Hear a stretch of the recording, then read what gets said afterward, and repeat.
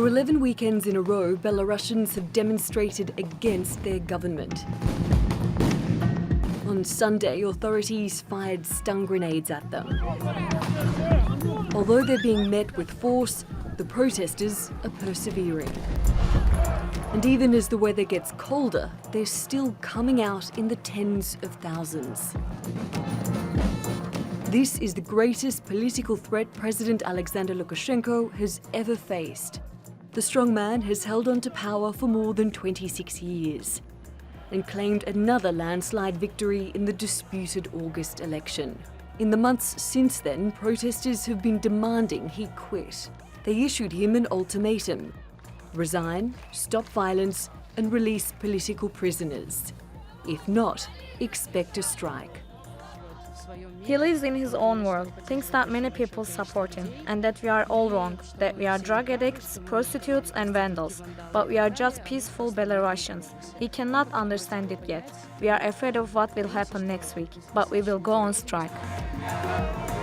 That deadline has passed.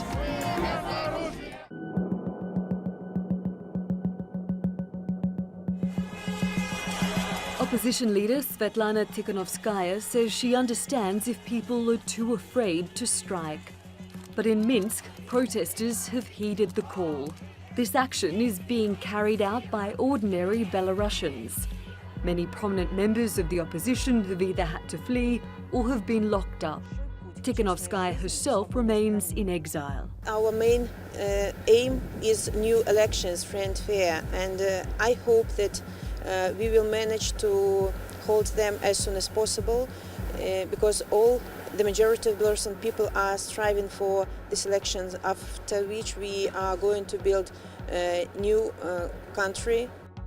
Lukashenko is refusing to concede electoral defeat, but he did visit a jail to discuss constitutional reforms with detained political opponents.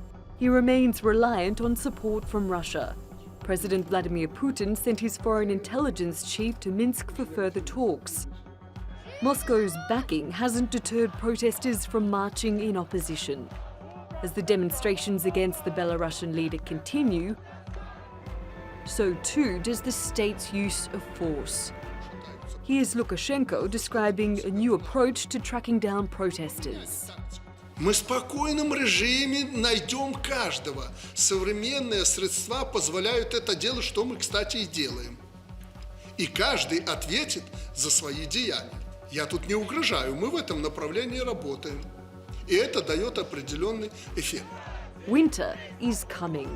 The protesters now have months of experience under their belts, but will the movement be able to sustain itself long enough to succeed? Natalie Pohonen, The Newsmakers.